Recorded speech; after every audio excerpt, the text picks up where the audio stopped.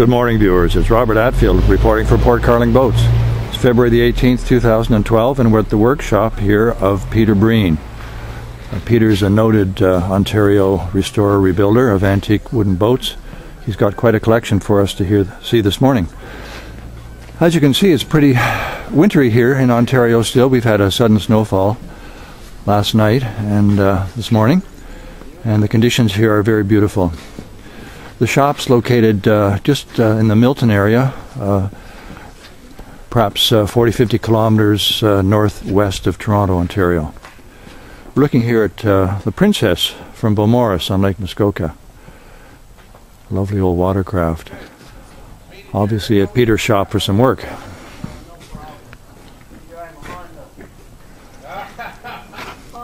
Looks 20s to me in terms of vintage. A very valuable graded floor to allow for air circulation.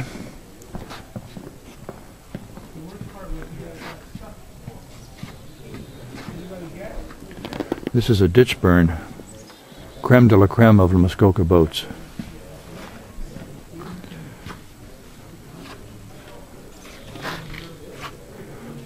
Move around at the front here. Mother-in-law seats at the front rather than the back. We'll try and get an engine shot for you viewers, but I'm not sure that we're going to see too much under the grating. Iconic old vessel. We're looking here, viewers, at a reconditioned, restored V12 Liberty engine, originally intended for aircraft. My understanding is that in World War I, when these engines were used, the life expectancy of a fighter wasn't expected to be that long, and the cylinders were apparently tin. We presume here that the cylinders have been re-sleeved with stronger material. Certainly a beautiful restoration. And apparently there's a company in the United States that specializes in rebuilding these engines for racing purposes. We're looking here at Flash, a gentleman's racer. I have a sense that this isn't an original boat, that it's perhaps a model of an original gentleman's racer or a rebuild.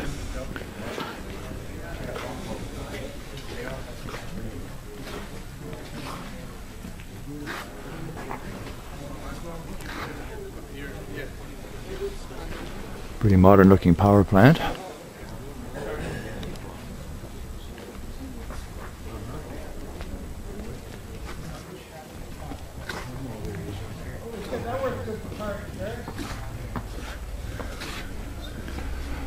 This boat looks like it's in very good condition. I suspect we're not going to need too much work here.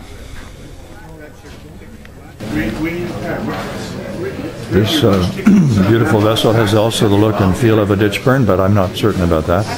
You may find out later when Peter does a presentation. Peter and his staff have obviously used some modern techniques on this vessel. The floors, the bottom of the boat has been epoxied.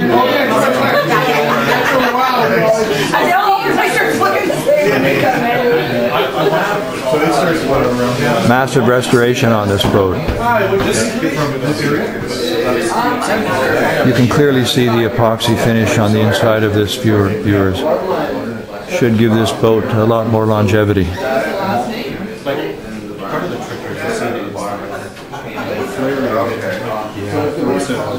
Beautiful workmanship here.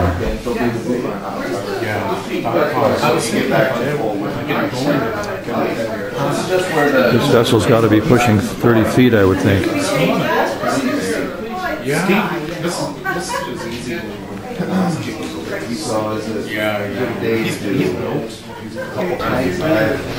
Viewers, I stand corrected. The boat that we just viewed is a brand new vessel being built by Peter. It had me fooled. We were looking at an upturned Gravette Streamliner, having a new bottom put on it. And apparently the Breen company uses epoxy and a penetrating epoxy thin sealer before glass mat is applied. I'm sure, but then you've got to get epoxy resin. We've noticed how flat the bottom is on this vessel. Presumably there's a keel strip going on in the middle to stop a sideways slide on turns. Viewers, we're looking here at an upside-down fantail launch, a covered sedan type. Not sure how it's powered. We may be able to get some more information for you shortly on this, I hope. But you can see the beautiful woodwork, replacement woodwork going into this vessel. Yeah, you went the long way. I know what you're saying. Probably some 25 feet in length, I would think. And you can just sort of see the roof on the floor here, turned upside down again, of course. Looks like some new ribs or rib repairs, and obviously some new planking going in on the hull. This is another mammoth project. Viewers, I've just been told that this is a 1902 Dan Kidney boat, built in the United States, and about 35 feet in length, and apparently never powered by a steam engine. It always, its first engine was a two-cylinder gasoline engine. Quite amazing. This boat's going to be returning to Wisconsin apparently when its restoration has been completed. 1902.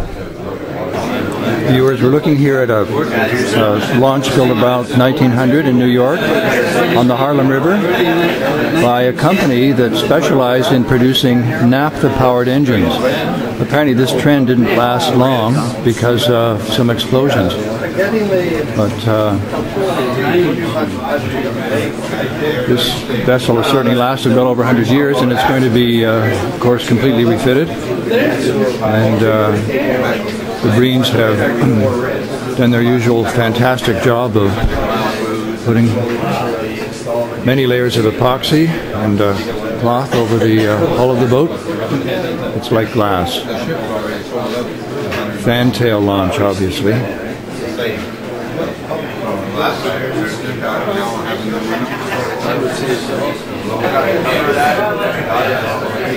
This vessel, by the way, viewers, was built by the Gas Engine and Power Company, as I said, around the turn of the last century. You can get a better view of the hull here and the beautiful work that's been done. This boat will really glide through the water beautifully. Viewers, this is Adam Bosch, who's working with Peter Breen and the family and the company. And Adam's been working on a baby gar that he's just going to give us a little bit of information about. Adam. This here is a 1926 baby gar. It was the 26th baby gar ever built. It's 33 feet long. It has a V12 Liberty aircraft engine. And that's, sorry to interrupt, Adam, that's the engine that viewers you saw earlier in this clip, the Victory... Liberty, sorry, a V12 engine. Yeah. And so that will be going into this thing. It's the first 25 baby gars were built in Chris Craft plant, and this one, being 26, it was the first one built outside of the Chris Craft plant. So Gar Wood originally worked for Chris Craft, did he? Yeah. And then started out on his own. Yeah, I believe he mostly specialized in engines and rigging and that kind of thing. And then when he went out on his own, he happened to take a few of Chris Craft's best employees with him. Apparently, the story goes, they had a bit of a falling out. I can imagine. How long do you anticipate this restoration will take, Adam? I'm hoping it'll probably take about 2 years. Wow. I've been on it for almost a year now. Wow. And it's getting a whole new bottom by the look of it. Yeah, it has a new bottom. Frames and all? From the, all the frames from the waterline down, they're all new. And then from the waterline up, it's all original. I'm replacing the battens. There's new oak battens, and then all the planks are going back on. Okay. Now this is designed as a racing boat, I presume, is it, with such a big engine? Yes. Yeah. And what would its top speed be? Any idea when it's completed? No idea, really. No, I must say I'm not sure of the horsepower of the Liberty engines, but I'm sure it's a pretty massive horsepower. Guessing, it's just a guess. I'd probably say like 50 or a little over 50 miles an hour. Yeah. Well, congratulations. It's a major project, and I'm sure it's going to be wonderful when it's completed. Thank you. Thanks, Adam. Viewers, this is Mitch Oxford. Mitch has been working on this beautiful antique launch, and he's going to tell us a little bit about it. Okay, so this is an original ditch burn. It's coming to the end of a 3-year project. Anthony Moore was the builder of it, and it's come back to me to do the rigging, wiring, and hardware, and all that good stuff. And it's a 36-foot long deck launch. Built in, did you tell us already? Sorry. It was I think it's a 1929. 1929, okay. Yeah, it's around that era, give or take, anyways. Right. And yeah, so there's, I don't know, do you have any questions? Or? What kind of varnish do you use on it, Mitch? We use Epiphan's varnish. We'll do this usually about 10 coats on it, give or take. Okay. Just till it gets mirror finish. Sure. So it didn't come in for bottom work with you. It's mainly a superficial kind of cleanup. And, yeah, it's like a whole ground up restoration. Oh, okay. So we use as much original material as we possibly can. Some of it's obviously new, and we just do it as original as possible. Okay. And this is probably a 2-year project, I would think. At least a year, I suppose. Three-year project. Yeah. Wow. It took about 2 years, 2.5 years to build it, and I'm taking over the rest. Wow. So this spring it'll be ready for the boat show. Yeah. Oh, that's great. Yeah, it's coming to the boat show. Yeah. It's Great. to the boat show. How? And this is yours. This would be probably the Antique and Classic Boat Show in Gravenhurst, Ontario, I presume. Yes. Yes. How's it powered, Mitch? It's a straight 8 Chrysler engine, original. Just take a boo there if you'd like. Okay. Yep. And presumably the engine was restored as well. Yes. Or rebuilt. And so the guy, we send that away. I forget where the guy's shop is at, but he'll take it all apart, sandblast the whole thing, and redo the whole thing, and it comes back original cloth wiring, Right. made to be as original as possible. Wow. So the owner is certainly doing it correctly. Oh yeah. As it was originally built in the period. Yeah. Very beautiful boat. Congratulations. Thanks. Here we have a view of the stern viewers. You can see the Breen epoxy techniques once again here. Sealed this boat off tightly. And obviously, I guess, Mitch, anytime you need to put a screw hole in, you'd epoxy the hole first before Oh yes, you put a screw especially in. if it's on the bottom. Yes, okay.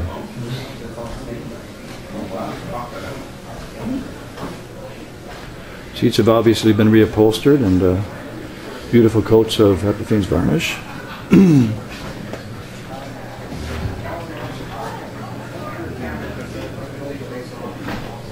Pretty massive watercraft. All 35 feet of her. Sorry viewers, I couldn't resist this last scan down the starboard side. Viewers, here are a couple of Peter's almost finished products. These boats have just had numerous coats of varnish apparently, and we're asked not to touch because it's still wet. This looks like a brand new vessel, unless I'm mistaken. No identification on it. New power plant. Sansu, she's named. Triple cockpit. Probably about 23, 24 feet.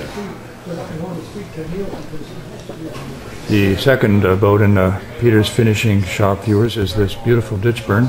Triple cockpit. Obviously an antique rather than a classic.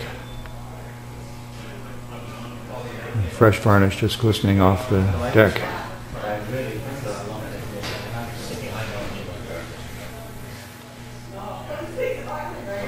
Obviously a complete restoration from top to bottom.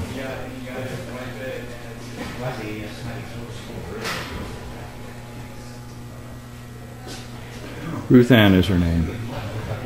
I suspect she's Muskoka bound shortly. For our last scene this morning, viewers, we're going to invite you to join the Antique and Classic Boat Society this coming August 18th, 2012, because the Seguin is going to take an all-day excursion from Gravenhurst through the 3 big Muskoka lakes and end up at what used to be Natural Park at the far end of Little Lake Joe. The Seguin tickets are fully booked, but if you have a wooden boat and you'd like to join the fun, contact the Antique and Classic Boat Society Toronto chapter and see if you can register your vessel to participate in this great event. Once again, August the 18th, 2012. An all-day cruise through 3 of Muskoka's largest, most beautiful lakes. Thank you for watching this morning on behalf of Port Carling Boats, and I hope you'll keep watching our website. Over and out.